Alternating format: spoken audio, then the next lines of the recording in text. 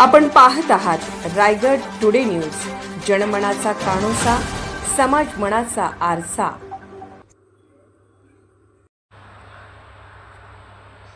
नागोठाणे शहरात गुढीपाडवा पारंपरिक पद्धतीने उत्साहात साजरा।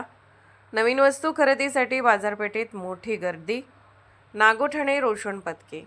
नागोठाणे शहरात नववर्षाचे स्वागत गुढीपाडवा मोठ्या उत्साहात आणि पारंपरिक पद्धतीने साजरा करून करण्यात आले। घराघरात गुढी उभारून आणि गोडधोड पदार्थाचा आनंद घेत लोकांनी नवीन वर्षाचे स्वागत केले। 3.5 मुहूर्तापैकी एक असल्यामुळे सर्वांनी कडुनिंबाची पाने, फुलांचा हार आणि साखरेच्या गाठींनी गुढी सजवली होती।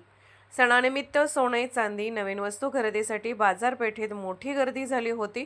या दिवशी लोक नवीन कार्याची सुरुवात करतात आणि कडुनिंब व गुळाचा प्रसाद वाटला जातो।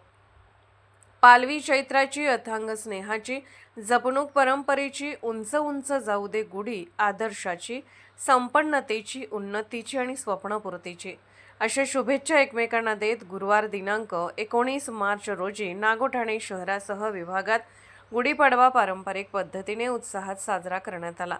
दरम्यान 3.5 मुहूर्तापैकी एक मुहूर्त असल्याने या दिवशी बाजारपेठेतही तेजाची गुढी उभारली गेली।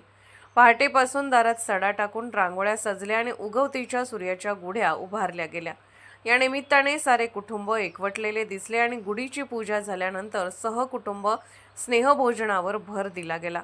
पुरणपोळी आणि गोडधोड पदार्थांसाठी यावेळी मोठी मागणी राहिली। दुपारनंतर मात्र सारी मंडळी खरेदीसाठी बाहेर पडली आणि बाजारपेठ गर्दीने फुलून गेली। गुढीपाडव्याच्या निमित्ताने घरोघरी कडुनिंबाची चटणी खाण्याची परंपरा बदलत्या काळातही नागोठाणे शहरात जपली गेली।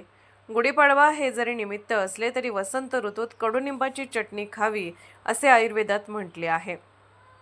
त्याचप्रमाणे नववर्षाच्या औचित्याने गुढीपाडव्याच्या दिवशी नागोठाणे शहरातील छत्रपती शिवाजी महाराज चौकात असलेल्या शिवस्मारकाला सकल हिंदू समाजाच्या वतीने पुष्पहार अर्पण करण्यात आला व सर्वांना नववर्षाच्या शुभेच्छा देण्यात आल्या।